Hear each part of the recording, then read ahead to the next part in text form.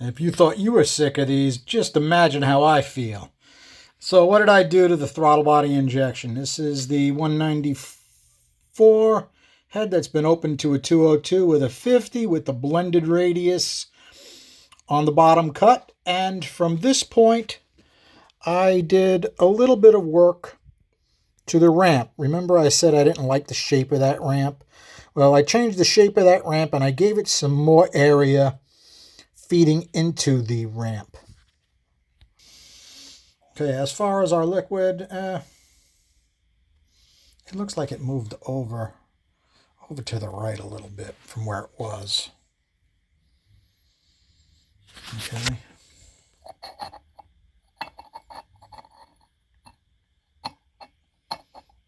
Decent wide swath on the valve. And I'm going to say this looks better than last time. Much less of a drippy mess. That looks pretty good, actually. Okay, you can actually see that ramp has been brought over to the left quite a bit. And it actually has a curve on it now. It was relatively straight before. I didn't like that. I wanted to put a bit of a curve on it. So it did have some metal taken out of this from the last time you've seen it. So we probably added a cc or so. And as far as our liquid from this angle, looks fairly decent. I like it. You got a light powder over by the plug. You do have that relatively heavy line going up the bowl and the chamber. Not thrilled with that. Okay, hopefully you guys can see that ramp has got a curve to it now. I can see the wall next to that ramp is not perfect. But, you know, sorry guys. I did work on the guide that goes between the ramp and the swirl, and I did brown that quite a bit because I want to give the air an easy chance to go either direction. Whichever direction it wants to go, let it go. Okay. And let me grab my pointer. This area here has been brought over quite a bit. It still looks relatively sharp. From this, it looks pretty sharp. Looks like I should take some more out of that because it's got a sharp turn here. As far as our liquid from this angle, pretty good. Pretty good. Okay, so this was the 10th iteration of this port. It was a 202.50. I blended the bottom cut. This is the 11th. It's 202, change swirl ramp, roof and curve.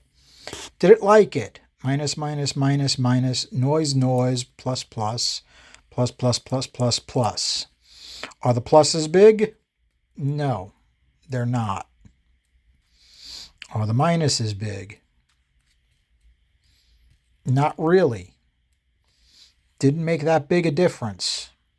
Was it worth the effort? It's a good question. Yeah, we top out a touch better. You know, at a 500 lift, somebody was saying their friend bought a set of AFR enforcers, and these are hanging right with them.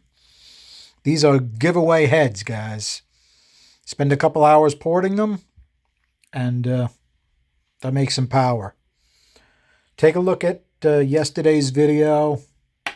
I forget the guy's name, but a guy has a set of these completely stock in his third gen Camaro, I think it is.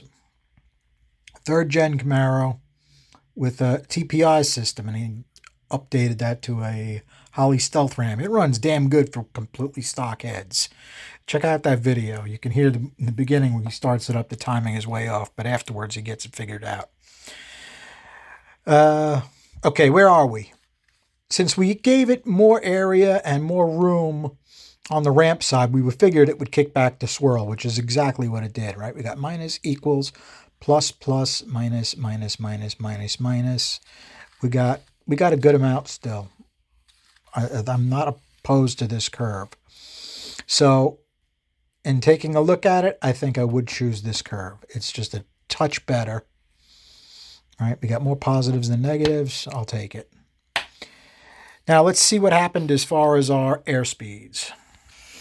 Okay, top is the last cut, bottom is this cut. The top of the pinch is starting to come alive, right? Because the whole pinch is more active now. It's moving a little bit more air. Okay, how about center of cylinder went up, but the roof side went down. Ramp gained a lot because it has more area. The air can get around there a lot easier. So the speed went up there. You can see how much more is going up that ramp now. So what does that do to our short side? Well, the air has an easier time going up the ramp than going all the way around that short side. So more air decided to go there. Minus, minus, minus. Okay? So according to what we got here, verse here, I picked the bottom. You guys give me your input on that. The only other thing I think I might do to this port, okay, see if you guys can see that. Let me change that light. It's still bright.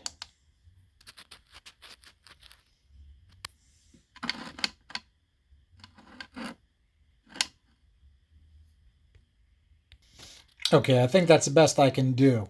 Now, it's going to be tough to show you, but let's see if we can get in here. This corner here could use some more area according to our air speeds. It's much narrower on the short side now than it is on the roof. Okay, not really the shape you want your port to be, by the way. All right. So I think I may take some area out of that. I got plenty of metal because I can show you how wide this is versus the big port. There's a huge difference. Okay, I'm going to try to one-hand this for you guys. I don't know if you guys can see that. That's how much difference we have. Okay, so it's probably 125 thousandths difference in width from the big port to the smaller port. You got to remember, I moved this wall over with the bolt quite a bit. Okay, that gives us a lot of area, and it also makes the short side work really well because we get to move it over. And that's actually a good design. I have a feeling that's really the way to go. So what I'm going to do is I'm going to move over that short side on the right, and then let's be on the right port. Okay, this is the right port now. This is the one we're working on today. I'm going to move that over to the right, and then maybe I'll do one more cut with this where I'll blow through that bolt boss and give it some area. That was a big win, I remember, on the other port. So I'd like to see what I can get out of the 202. We're right at 270 at 800. It's not going to cut it for what we want to do with it. So I'm going to need some more. Remember, the chamber is almost stock right now. So I can do some de-shrouding on the chamber, but not a lot because it's a thin chamber. And the cylinder pressure is going to be very high on this, so I need to keep it thick. All right, guys. Thanks for hanging out. Have a good night. Just one little tidbit. I actually asked Whiffy to buy me some Dykem. This is the can we've been using all this time. 400 plus videos, a lot of them with Dykem, all out of that can. She wound up finding this online, 15-ounce can for like $12. Can't beat it with a stick, guys. I haven't tried it yet. It's still unopened. It may have a different consistency than the other brand. They are two different brands. But what I actually am thinking of doing is getting a different color Dykem and spray the blue at one lift, and let's say you get red Dykem and spray that at another lift. And we can compare the two patterns. That might be a little messy and a little scary because you got to run a lot of Dykem through the bench. And the only place you could find the red Dykem was Granger. That's expensive. It was like $20-something. But in any case, let me know if you guys think that would be an interesting experiment, and I can hopefully convince Wiffy to buy that. Thanks a lot, guys. Have a good night.